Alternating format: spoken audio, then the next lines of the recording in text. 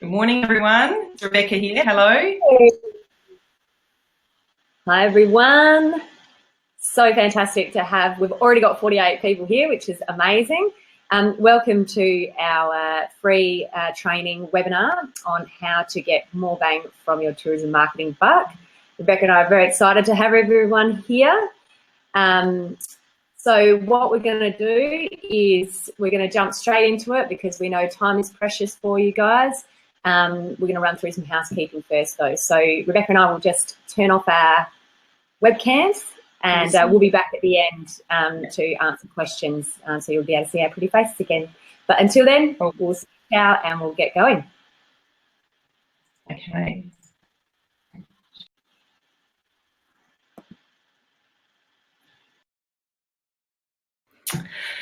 Rightio. So getting started, so that you can have the very best webinar experience with us and get the most out of the next hour, there are a couple of things we want to run through. Rebecca, if you just want to flick, yep, perfect. First of all, just some housekeeping. If some of you can please raise your hands in the little chat box area on the right-hand side of your screen, just so that we know that you can hear us, that would be fabulous. Secondly, if you have any questions throughout the webinar, which we hope that you do and that we hope that you share with us, pop them in the chat box. As today will run, Rebecca will be sharing the insights and we will stop periodically throughout the webinar to answer those questions. Just from a user experience perspective, we would ask that you please turn off all of your other internet applications that may be using bandwidth, such as stopping Dropbox, syncing or closing your Facebook videos, and put your phone away and don't sync emails, that type of thing. It just helps with a better user experience so that we don't drop out or there's no audio issues on your end. Next, if you can just single task, and by what we mean is we know that's really hard to stay focused, but we just want you to try and focus only on the webinar, listen and take some notes and ask us questions, because that's what we're here for today. We really want to help you not only learn but also implement specifically for your brand. Next, if you can't get in a really quiet place, we recommend using earbuds just to make sure that you can hear us properly as well. Also, nearly there, fingers crossed that the tech gods look after us today. But if anything happens on Rebecca's end, I'll jump in and take over the presentation until Rebecca comes back into the room. So if anything happens, we just ask that you remain patient as we change that over. And finally, if you need to leave during the hour, that's absolutely no worries at all. We are going to be recording the session and we'll send it to you in an email with the recorded webinar, and also we'll send you a link to our resources webpage, which houses all of the insights and recommended readings from Rebecca's presentation. Okay, so I'll just jump into the chat box just to make sure we've got some people. Yep, everyone seems like they can hear us, which is fantastic. Thank you so much for sharing that with us. So that's basically it from me. So I'll hand over to Rebecca to get the webinar started. Great, thank you, Paige. All right, so let's jump in. So what we're going to be looking at for the next 60 minutes, I think my presentation will go probably for around 40, 45 minutes, so we then have some time at the end for questions. So first up, we're going to have a look at how tourism marketing has changed in the last few years. We're going to look at how we as tourism business owners can encourage natural advocacy for our tourism brands.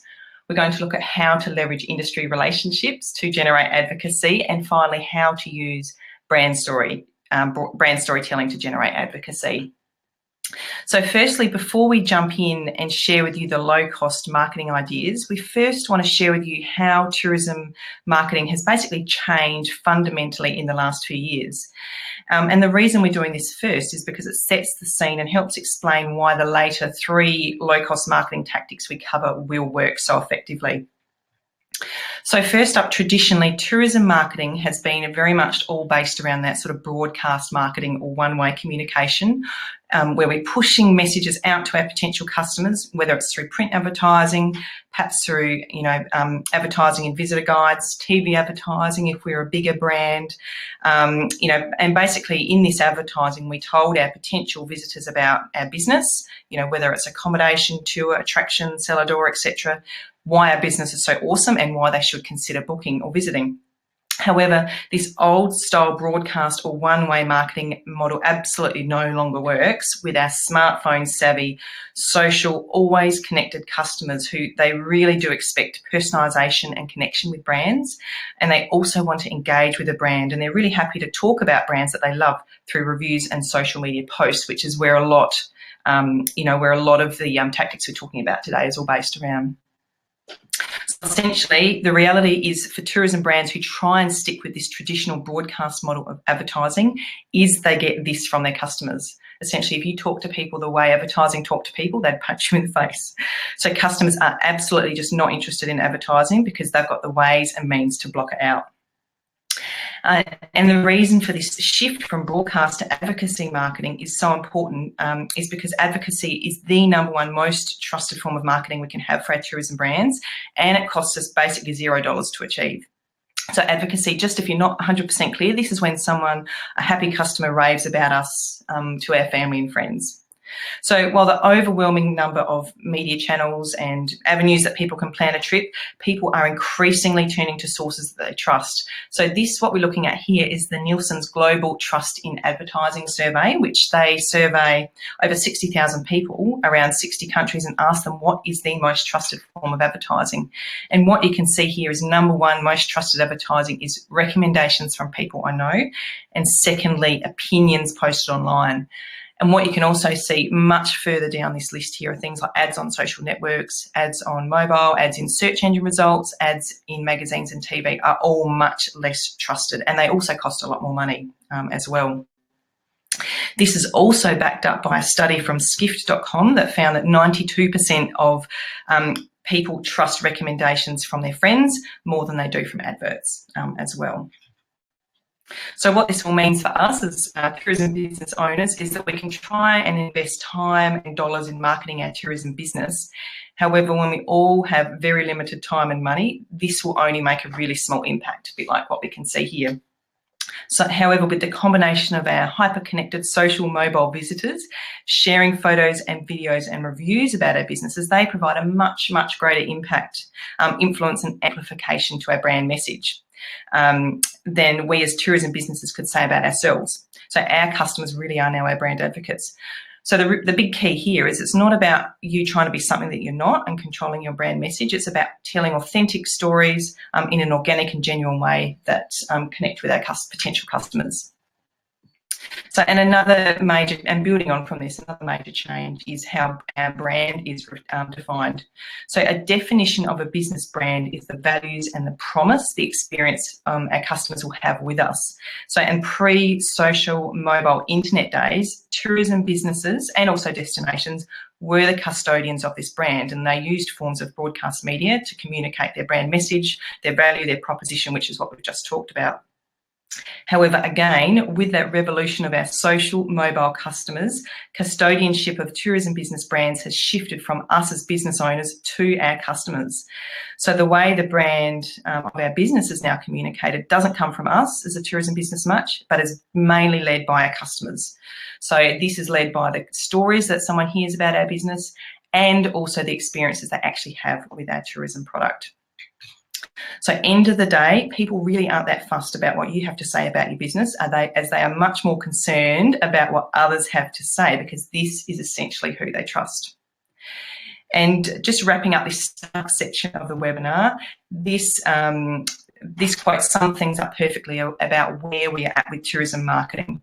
So the only path to profitable growth may lie in a company's ability to get its loyal customers to, in effect, become its marketing department. So just have a think about that, and note this was published back in 2003. So this was way before Facebook, before Twitter, before smartphones, before Wi-Fi, and before the huge growth of the internet. So now for the rest of the webinar, we're going to share 3 opportunities where you can help leverage this advocacy and engagement around your brand to grow customer numbers and profits for really little cost.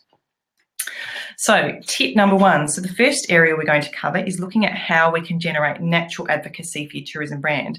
And what we mean by natural advocacy, this is literally just having a happy customer rave about you to their family and friends, whether it's in person or through or whether it's through social media as well.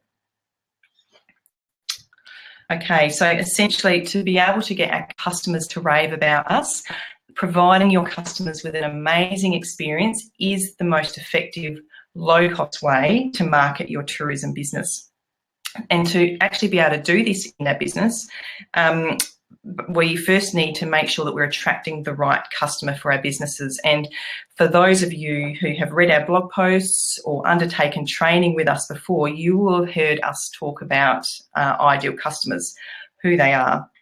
And so what I'll do, just a quick reminder, if you haven't heard this before, is there are 4 clues about who your ideal customer are for your tourism brand. So once we nail this, then it's much easier to get that natural advocacy from our business. So firstly, your ideal customer, this is the person that absolutely loves your experience, and they are therefore the ones that are most likely to rave about it. Secondly, money is not an issue for them, so they're very happy to stay the longest, spend the most, and they absolutely see the value in whatever the pricing is that you have for your tourism experience, that they're getting really good value for money. So thirdly, they are usually the most lovely customers to deal with, and again, this just comes back to the fact that they really love your product as well. And finally, really importantly, they're united by their travel aspirations, so their wants, their needs, their challenges, and it's not just about where they live or how much they earn, because in this day and age, we can pretty much target anyone in the world that we want, so it's more about who they are from that emotional and psychographic side of things.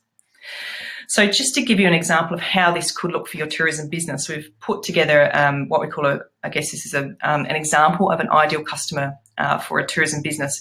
So if they were someone that was targeting for families, we've got an example here of Joanne. So she is a mum to 2 kids aged 7 and 5, and she works part-time. And who she travels with her husband and kids, usually in school holidays and long weekends. The reason that she travels is usually to relax, to have fun, to reconnect as a family, and absolutely escape the school and work routine. Some of her challenges, and this is the really big opportunity as tourism businesses, is, solving these, and you've got a very happy customer. So some of her challenges is keeping everyone happy. So making sure there's things for the kids to do, for her husband to do, and for her, that they can all see, do, eat, and enjoy. Also coming up with what are they actually going to do when they get to a destination. Also, they self-drive a lot, so minimising the pain of a car trip. So working out, when they're on a way to a destination, where are the playgrounds, fun things to do, best stops for lunch, rest stops.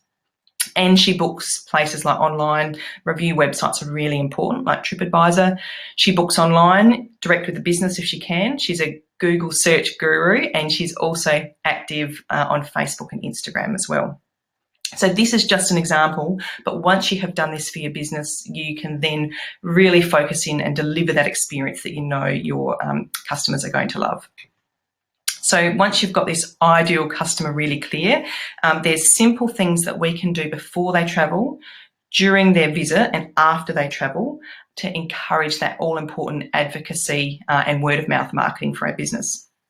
So we're going to share, we're short on time today, so we're just going to share one thing that you can do at each stage today. So before travel, you might think that customers are not going to advocate for you before they've even actually visited or stayed with us, but believe it or not, they actually will.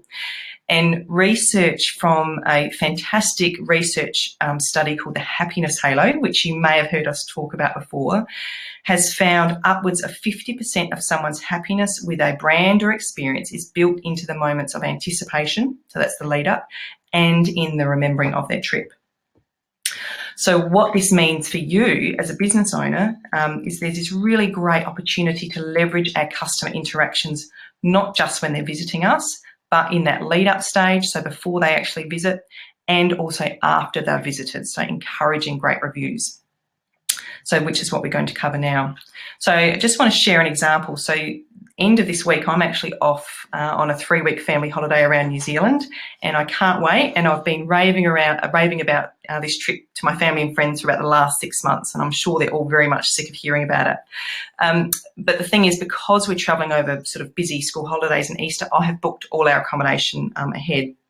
And, you know, I'm very, very excited about a trip, and I am ready to engage with all these businesses that I've already booked with, you know, and get engaged with their social media channels.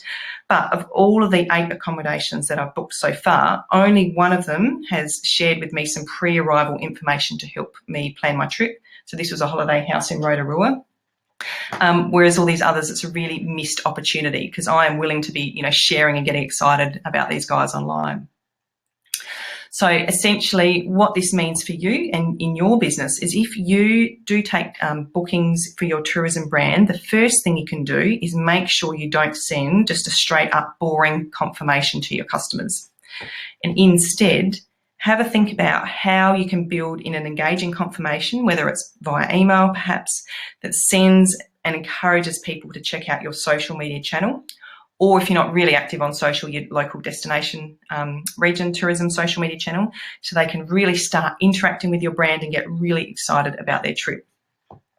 And I'll give you an example of a business that does this really well, is Sean Bloxage. So he's the owner of Margaret River Discovery Tours, and he runs awesome tours around Margaret River. And when he has guests booked with him, he encourages them to follow his social media accounts, whether it's Instagram or Facebook, because he's sharing one beautiful photo a day that he's taken out on tour. So they get this really awesome look at what to expect before they arrive on a tour with Sean. And he has said that they literally start engaging with him on social media before they arrive and start advocating for his tour about their upcoming trip before they've even travelled, which is, you know, really awesome to hear. So as we go through, I was going to say, if you are doing this already in your business, we'd love to hear about it as well, because some of these tips you may already know, but if not, absolutely write them down. So this is tip number 1. So before travel, that really engaging confirmation if it's relevant for your business. So secondly, moving to tip number 2, to generate natural advocacy. This is about looking at things we can do to get our customers to share and talk about us when they're actually visiting.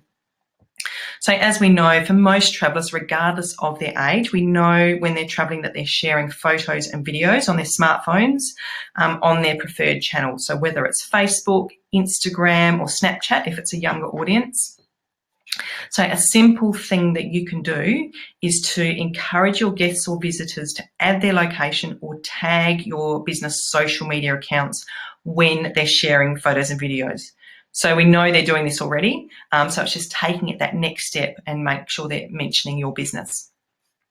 So again, another local example here. I took my boys up to the Beerenberg strawberry farm a couple of weeks ago to the Adelaide Hills, and I shared this picture out on Facebook and Instagram. And you can see here up the top, I've added the location Beerenberg, so people could see exactly where I was.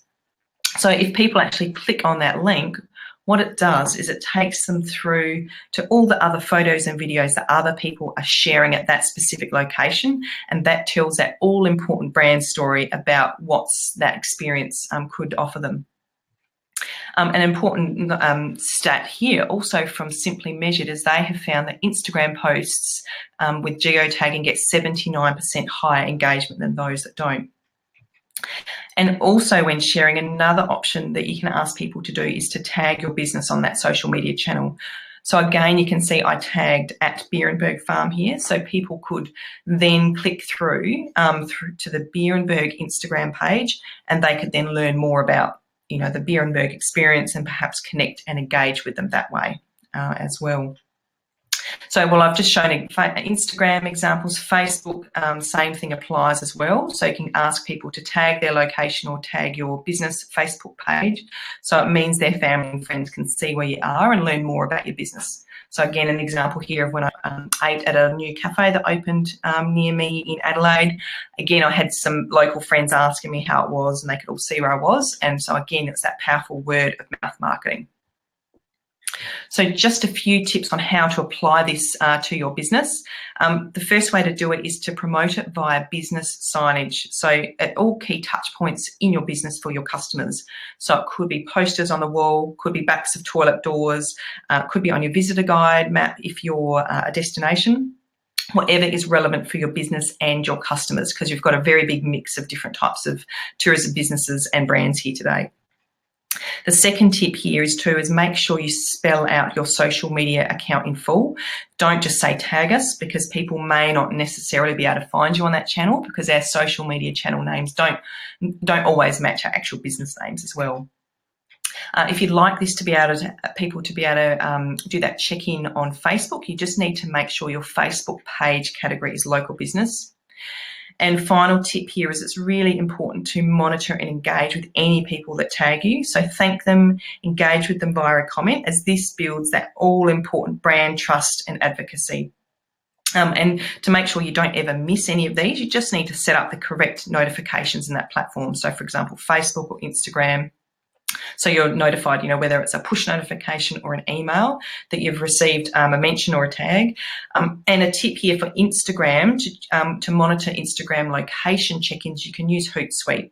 The free version of Hootsuite will let you track Instagram check-ins as well.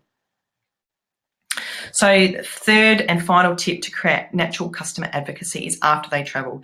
And the key thing we'd like you to think about doing, if you're not doing this already, is to ask your customers to leave reviews. Because as you know, reviews are super important for our tourism brands, especially those on Google+, TripAdvisor and Facebook, because our potential customers are using these in that planning and booking stages of their trip and verifying that they're going to get a great experience from these businesses. So where relevant, ask your customers to leave a review on either of these platforms. There's lots of different ways you can do this in your businesses. I'll just share a couple, but again, if you're doing something different, we'd love to hear that in the chat box as well. So first example I've got here is from Swan Hill Big Four. So I stayed with my family on a road trip a little while back, and when I went to check out, the lovely lady at reception gave me this bag of jelly beans with the business card, which it's a bit hard to read, but it says, please leave a review on TripAdvisor or Facebook. And I had a couple of about 5-hour drive back to Adelaide, so I had plenty of time to leave the review, and the kids also loved the jelly beans, which was fantastic as well. So just really simple and effective. Another example here is you can send a follow-up email after your guests have stayed with you, asking for a feedback, testimonial, or leave a review on TripAdvisor. This is an example here from a small motel in Tumut in the New South Wales Southern Highlands. So they sent me a nice personalised email after my stay, saying they're a family-owned business and really appreciate reviews. So the link took me straight through to their website. They made it really super easy. And again, I left them a review because it was a great experience. And a final example of ways we can ask for reviews. This is Cape Lewin Lighthouse, which is managed by the Margaret River region. And what they do is they hand out a business card. Their volunteer guides hand out a business card at the end of the tour, which has got their name on it. It says, you've had a tour with Bob, for example, and we'd love a review. And you can see the results here speak for themselves. They've had over 1,000 reviews, most of which are 5 and 4 star. And they are basically ranked one of the top things to do in the Margaret River region. And you can see here, Margaret River has got, nearly 200 things to see and do on TripAdvisor. So being number 9, very powerful, because that, is what people can see. So just wrapping up this first section on natural advocacy. So have a think about how can you make your confirmation engaging if you take bookings from your guests.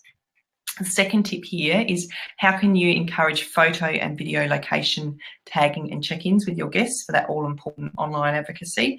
And also how can you encourage guest reviews after they've visited? So, Paige, I'll just hand over. Have we got any questions so far around natural advocacy? Has anyone got any examples that they're doing this already in their business? No examples.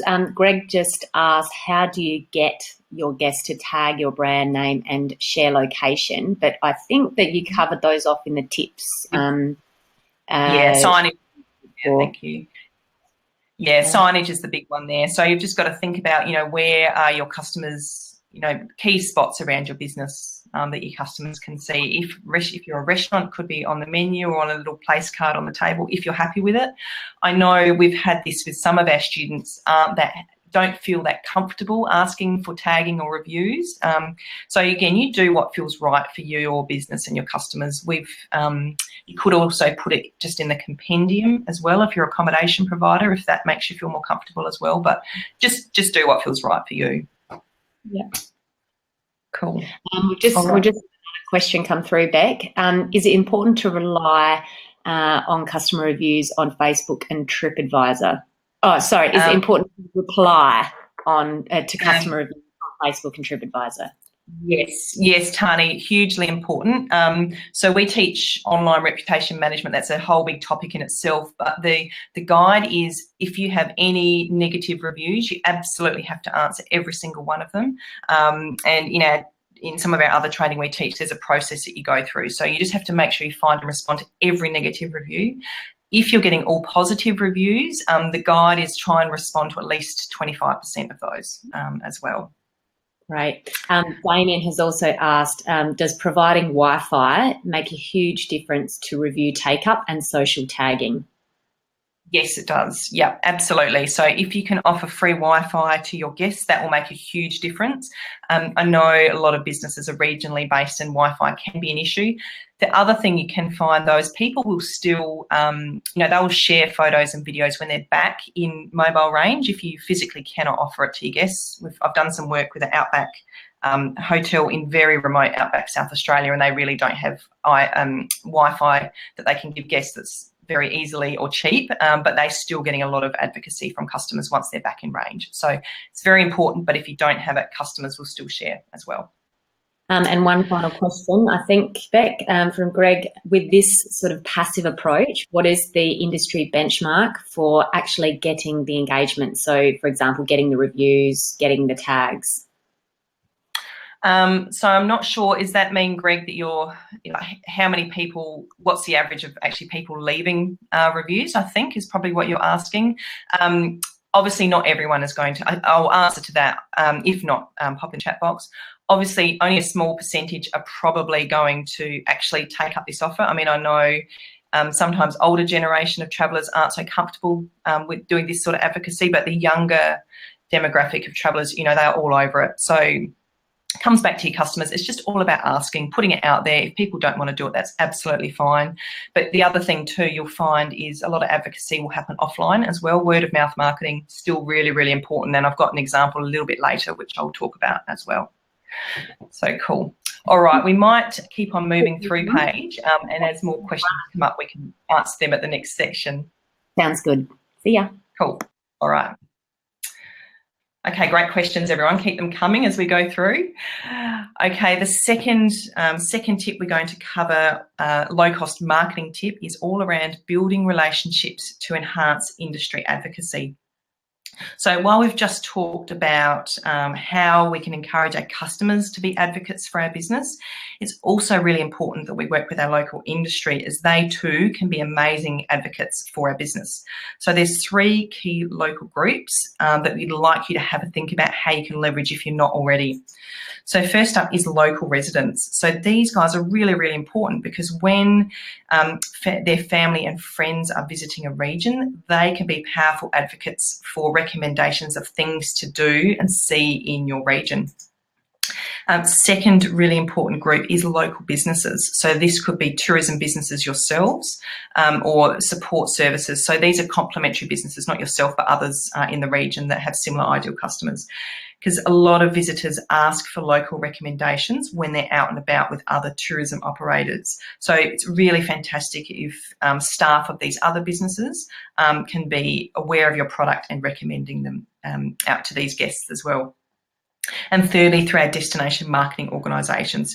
So whether it's our regional tourism organisation or council, their marketing staff or their visitor information centre staff, they're responsible for marketing the destination and also providing visitor servicing. And they've got multiple opportunities to provide advocacy for your business.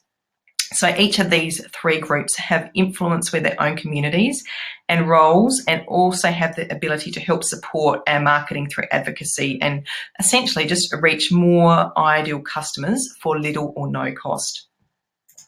So essentially, this is all about, it's not who you know, but who knows you and your tourism experience. So building relationships with each of these three groups is pretty much free and can pay really big returns with that word of mouth marketing and advocacy for your experience.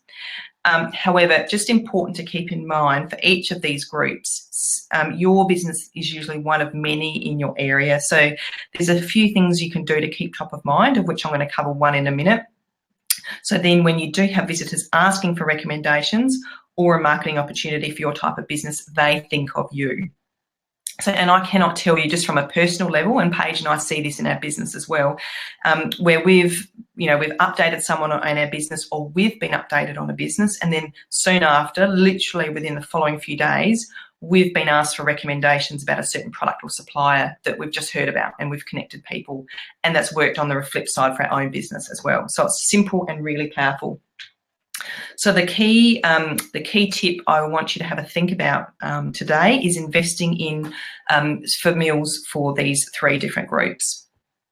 So familials are really simple and low cost and overlooked opportunity from a local level. So I think most of you here today would be very much all over and very much involved in your local trade, media and influencer familials. However, providing a familial for our local residents, for our regional marketing or VIC staff and local business owners are often overlooked, and they can bring real benefits to our business. So in my time when I worked in destination marketing, I've hosted hundreds of agents and media through familials, and I can tell you every single time we got back from a familial that pretty much I don't think I've ever had a bad or unhappy familial participant, media or trade, who didn't absolutely love the experience that they saw when I took them around South Australia. So I want you to have a think about how you can get your local residents, RTO or VIC staff and local tourism operators in and having an experience with our own business. So how this could look will very much depend on your tourism business product and where you are located. So I've just got a few different examples here that could be relevant for you. So first one, you could look at having an open day. This works well if you're an attraction, winery, cellar door. This works well for local residents and other businesses to come in and have a look. You could host an industry event. So you could reach out to your local regional tourism organisation and put your hand up to host their next industry networking event. That's a great way to get all the local tourism businesses to experience your business. You could look at offering discounted entry. You could also put together an itinerary with other like-minded businesses. So whether it's breakfast, half-day, evening, or weekend itinerary, and then invite in your relevant visitor information centre or regional tourism staff or relevant tourism operators. Or if you've got a really interesting experience, you could host something like an Insta Meet or an Insta Walk as well. So have a think, when was the last time you had a local or a regional marketing staff, tourism business or locals through your experience? So you may be getting them already just in your day-to-day business, but this is about being proactive and trying to get more of them through your business. So again, I just want to share a recent example that happened on the weekend. So we had a family birthday on the weekend, and I was put in charge, putting my tourism hat on to organise lunch in the Barossa. And there was a group of 6 adults and 8 kids. So we were looking for a very specific winery, one that could give us great food, was also family friendly, and ideally a really nice view as well. So my favourite winery, Pinderi, was booked out, so I had to look for an alternative. So coming back to Instagram, I remembered this photo that a friend of mine, Lachlan Swan, had shared a while back at Kellermeister Winery in the Barossa. I remember thinking, that's a beautiful view. I haven't been there. I need to keep that on my radar. And so I checked out Kellermeister, and I also referred to a blog from a local lady, Becky Hurst. She writes about child-friendly wineries in South Australia. And she had a great little write-up about Kellermeister. She'd been there with her family, and it basically confirmed that it probably is going to be a good option for us. So I managed to get a booking, and we had a really fabulous afternoon there on this beautiful last Sunday afternoon. We spent lots of money and had lots of great food and wine there as well. So this all came back to recommendations from local residents, got me over the line to Kellermeister. So this stuff absolutely does work. Another example here, this is an example from Margaret River Region Tourism Organisation. So this is just a different spin, and what they do is they send out complimentary vouchers to all their regional tourism organisation members to come and check out their 6 attractions that they manage. So they look after the caves and lighthouses there in Margaret River region. So again, it's just a different way that they're thinking about getting to these customers. So while there is a cost involved with familials, obviously they can be at the expense of a paying customer, or you have to pay the costs of wages or operational expenses. There's a couple of things you can do to minimise the cost. So first one is offer these sort of familials during a quieter period. So whether it's quieter part of the day, week or year in your low season. And secondly, really important to encourage familial participants to use that tip number 2, tip number 2 back in the first section, which is tag and check in when they're sharing photos and videos about your experience.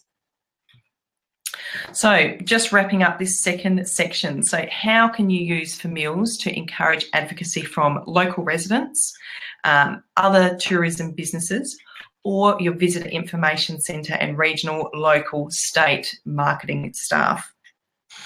So Paige, have we got any questions, or have we got any feedback from anyone that's doing this already and seeing the success in their business already?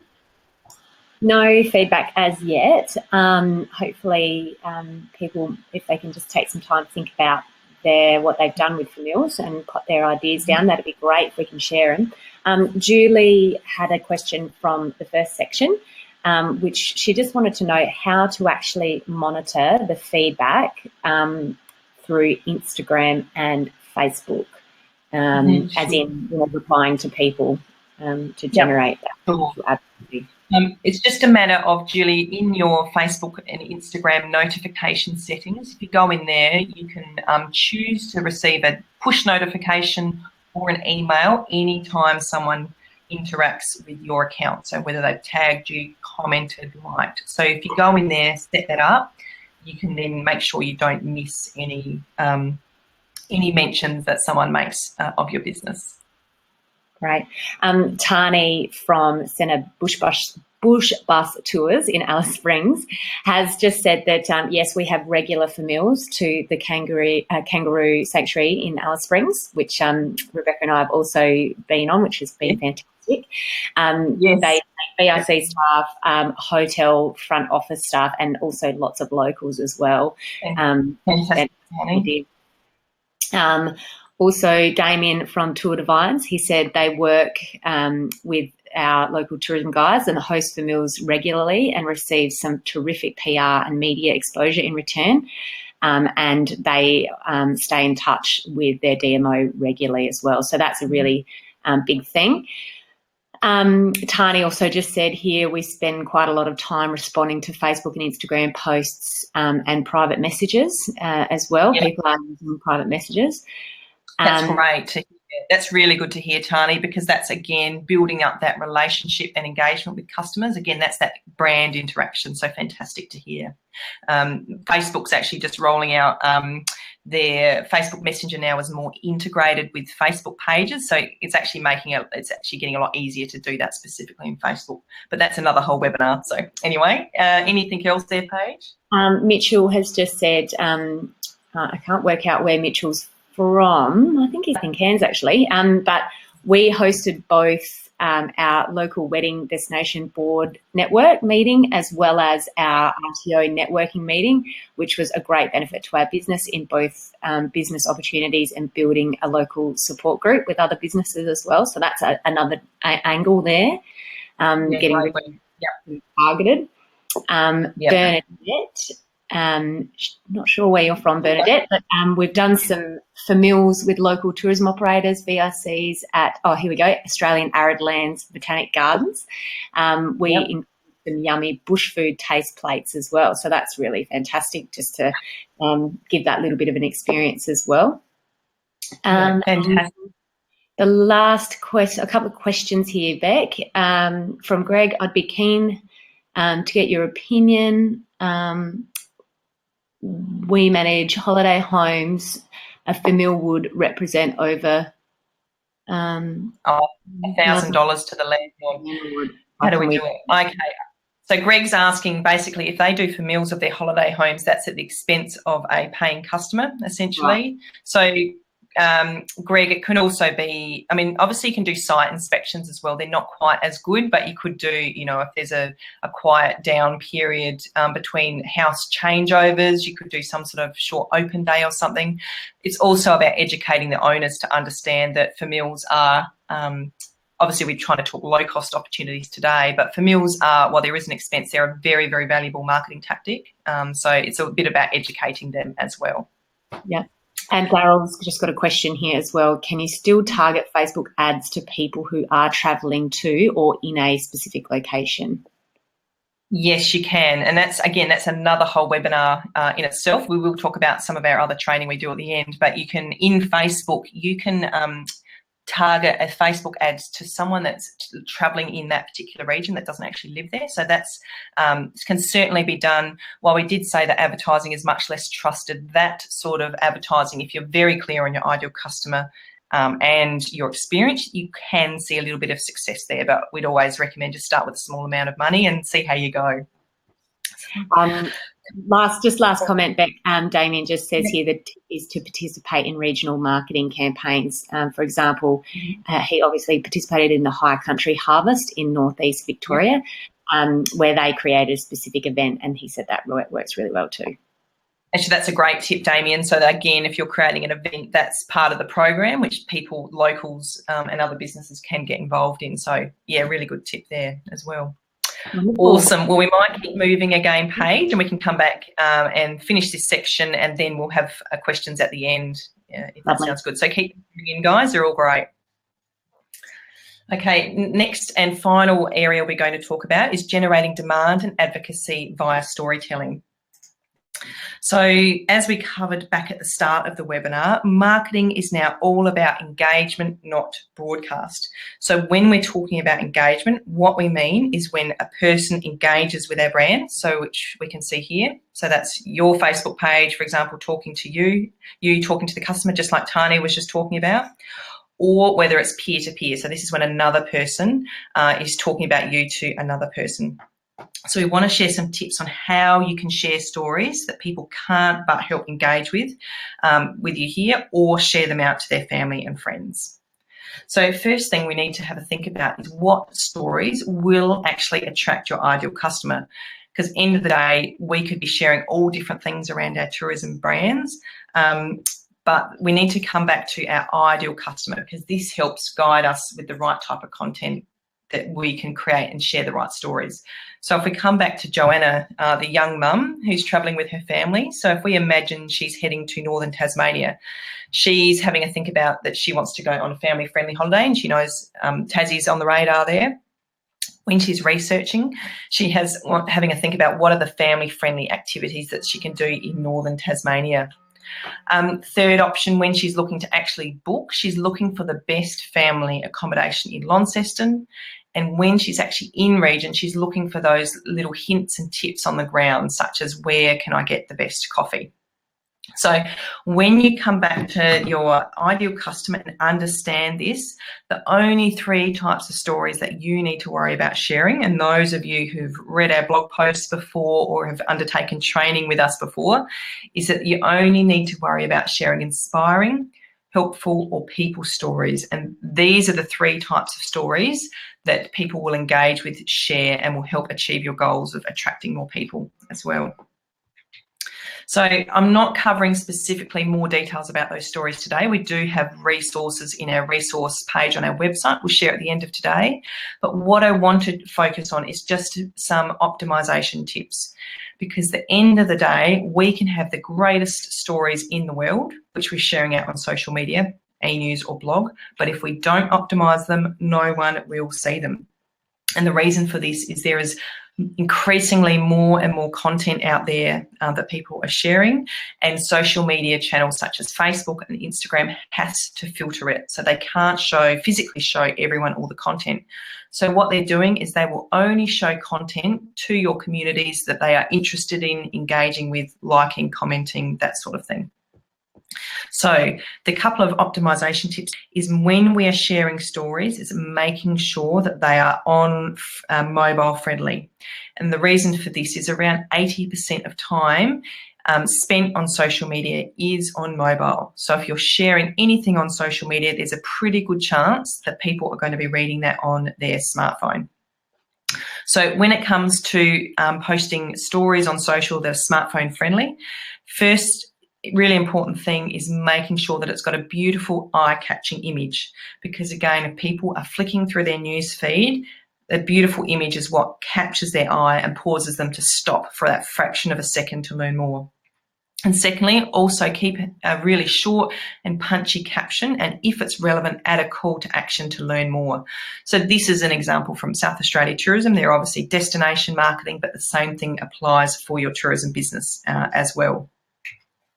So in addition to mobile friendly, also really important, if you're not sharing photos, is we really recommend that you consider sharing video content, because around 74% of all internet traffic in 2017 is made up of video. And the reason video is so powerful is, one, is it moves and it catches people's eyes, and so it's more likely to capture people's attention when they're scrolling through their newsfeed.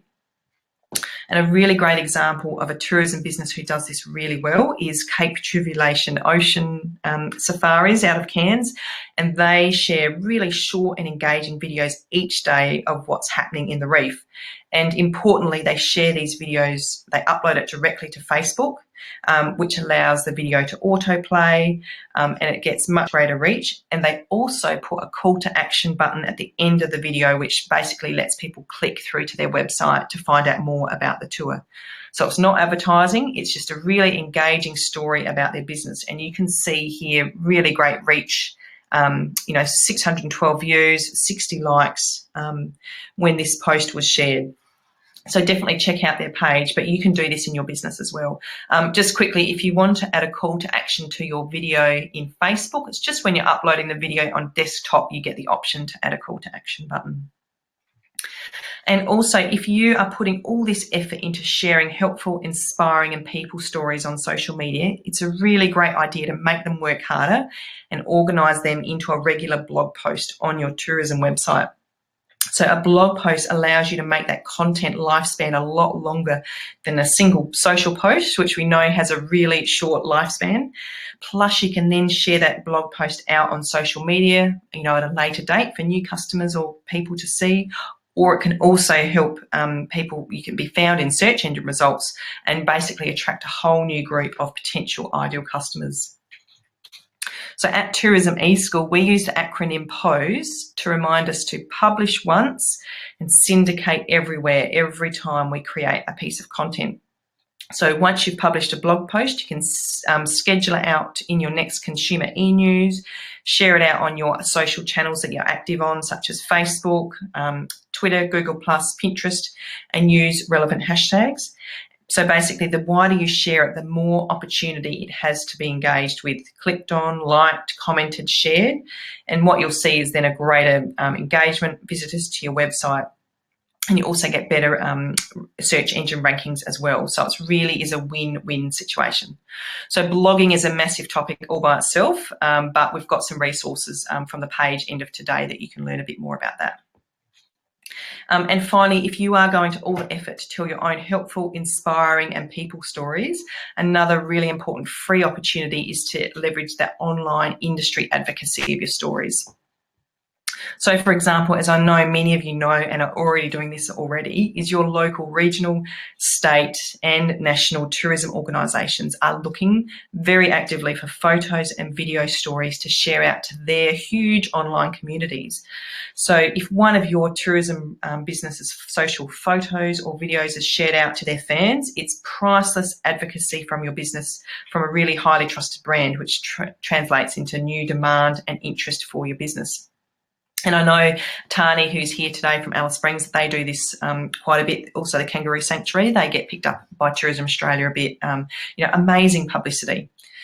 And another example here, this is Going Off Safaris. They're a local tour operator here in South Australia over at Port Lincoln. And they shared this great photo of emus in Lincoln National Park on one of their tours a few weeks ago. It had great traction in its own right. They had about 153 likes. But the important thing here is they used the right hashtags in a second comment underneath. And you can see they had tagged See South Australia and they tagged See Australia, which meant that it could be seen by South Australia Tourism and Tourism Australia. So Tourism Australia picked up their post and shared it online just last week, and it, at the time of me seeing it, it had reached 57,000 people had liked it, over 2,000 comments, and it also had links back to the relevant businesses and destinations where people could do his tour. So no doubt he's seen a huge jump in followers and engagement on his own page as well. So again, simple and really powerful. So for Australian tourism operators, if you're not doing this already, Tourism Australia is looking for content on these two hashtags here, See Australia, Restaurant Australia, or tagging them at Australia. We've got some New Zealanders here today, which is absolutely fantastic. So Tourism New Zealand is looking for the same at NZ Must Do, Real Middle Earth, and at Pure New Zealand. So again, if you haven't done already and haven't done your research already, have a look at what hashtags and accounts do you need to be tagging or sharing their hashtags so they can pick up and share your best helpful, inspiring and people stories and getting them seen by more people. So just wrapping up the storytelling section, number 3. So have a think about what are helpful, inspiring or people stories can you share that are relevant to your ideal customer. Secondly, have a think, how can you optimize your stories for mobile and also use video for more engaging storytelling? And what tags do you need to add to your stories to get them seen and picked up by your local tourism marketing organisation?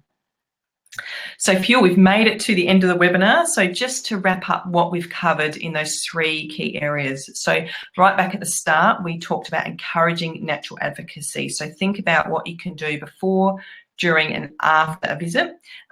We've got looking at tip number 2 was used for meals to encourage advocacy from local residents, local businesses and your destination marketing organisations. And also share helpful, inspiring and people stories via social media, blogs, e-news and via tagging hashtags so that your stories can be seen and shared by your local destination marketing organisation. So for a recap of these 3 areas and more information about the 3 actions, we've got resources on our website at tourismeeschool.com/advocacy, and we'll also put up the replay by close of business tomorrow as well. So now we'd love you to hang around just for a couple more minutes to tell you, to answer your final questions. And we'll also just tell you very quickly while you are typing in your final questions about our Tourism Marketing Academy and Mastermind. Which I'll hand over to Paige just to run through quickly while we look at the final questions. Yeah, great. Excellent. Hopefully everyone enjoyed that, those insights that Rebecca shared. As Beck said, we just want to introduce you to our Tourism Marketing Academy and Mastermind. It's basically a program that we run once a year. And basically what it is 12 marketing modules, which is very similar to what you joined today, delivered over 6 months via live webinars. You have access to Rebecca and I for the whole 6 months to ask all questions of us and pick our brains via our Facebook group and also on email. We want you to apply your business. We want you to apply your learnings, I guess, to your tourism brand. And so we provide live and recorded webinars, custom toolkits, workbooks, templates, and worksheets to basically help you complete tasks to build your tourism marketing strategy. We also know it's really risky joining a program like this. And so if you're worried that it may or may not work for you, we have a 30-day 100% money-back guarantee, I guess so that you feel safe and secure in participating with us. Also, we have lifetime access to all of the materials and all of the content that we share. So we run it every year, and so you get invited to join the webinars every year, and you get access to all of the new learning materials as well. So you subscribe once and you get all the updated content. And we also have accountability and support measures to make sure that you stay on track and get your tourism marketing strategy all delivered and working for you as well. So we support you and hold your hand throughout that whole process. So basically in the program, as we said, it's delivered via 12 modules. So module 1, we look at tourism marketing trends, ideal customer profiling and journey mapping, just so that you're really clear on their key online touch points and content and stories that will engage them online. In module 2, we go through a situation analysis and setting the scene for growth, which basically includes reviewing your existing products, pricing, distribution strategies, and identifies opportunities and areas to grow your profits and attract new customers, and also refining your key selling points and what makes your tourism brand unique and desirable for your ideal customers. Module 3, we delve into content marketing strategy. So that's basically looking at storytelling in a lot more detail from today. We look at specific examples of helpful, inspiring and people stories, and then how to tell your stories better using photos and videos on your smartphones as well. In module 4, we start our journey into website marketing. So we look at strategy, management, development and design. So learning about what a customer-centric website looks like. So looking at key functional usability and design elements. And following that, in module 5, we look at online booking systems, content planning and Google Analytics, how to measure the success of your website. In module 6, we teach you everything you need to know about setting up and managing a successful blog on your website to attract and convert more customers. So that's in conjunction, obviously, with your website.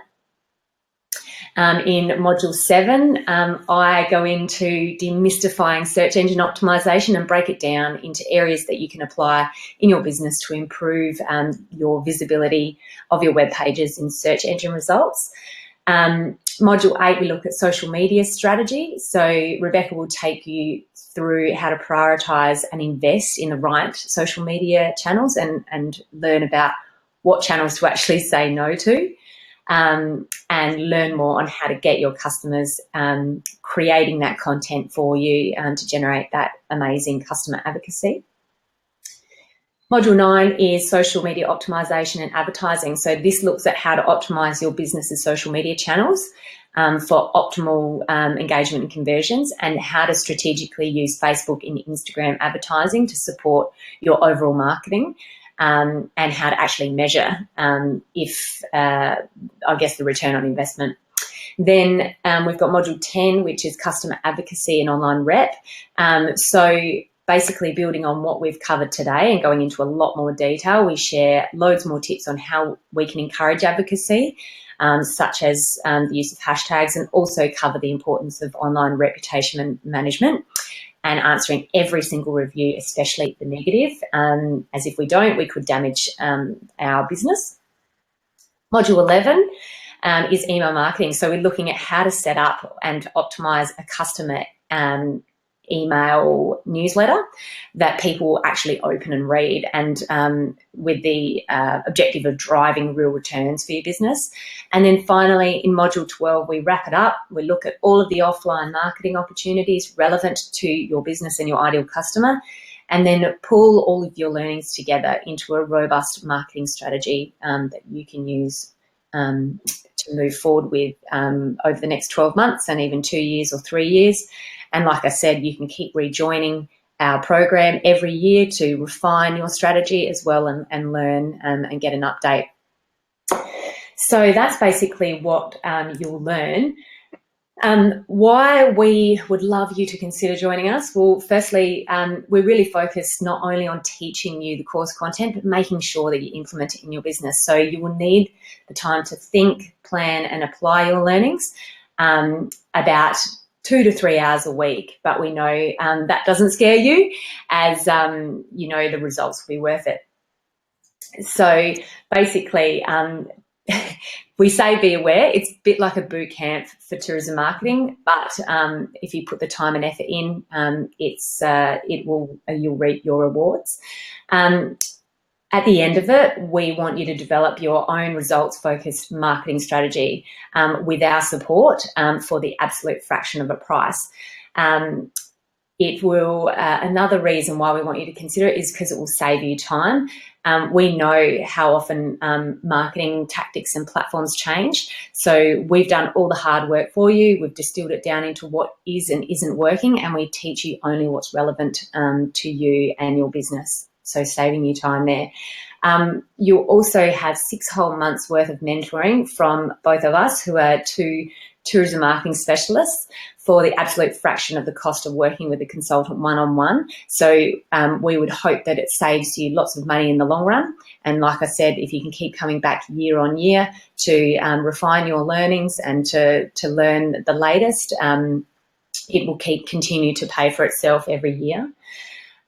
You'll increase your marketing skills and knowledge because you'll also learn what marketing opportunities to say no to, which means you'll also be saving money as well as learning along the way.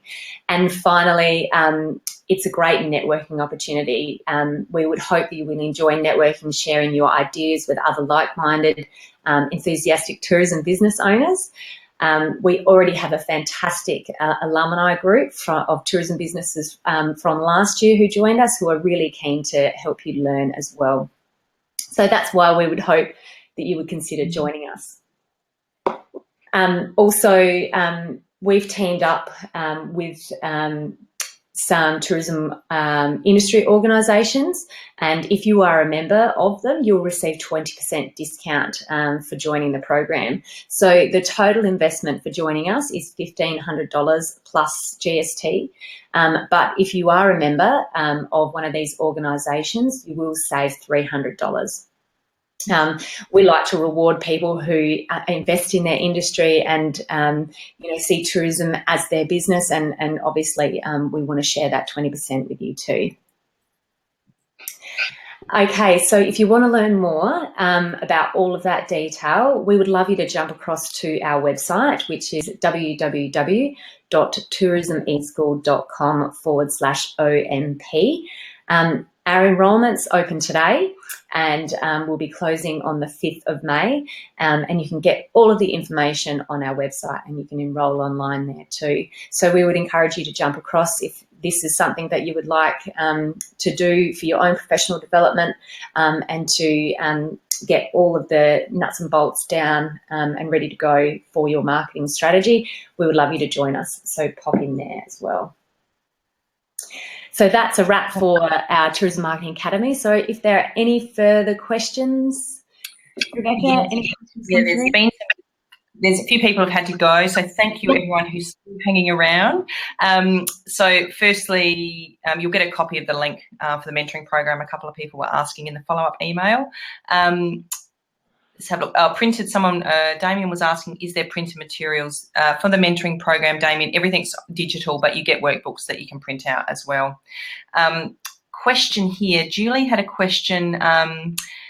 Can you please email us all the info discussing about where to find the hashtags we might need to use? Thanks so much for a great webinar. So I think Julie was talking about the state, regional, and national level of hashtags. So the best thing you can do there is firstly go and follow your relevant state, regional, and obviously Tourism Australia, and you can actually see they've all got their user-generated content policy published, whether it's in the Instagram profile or on Facebook. They tell you which hashtags to use.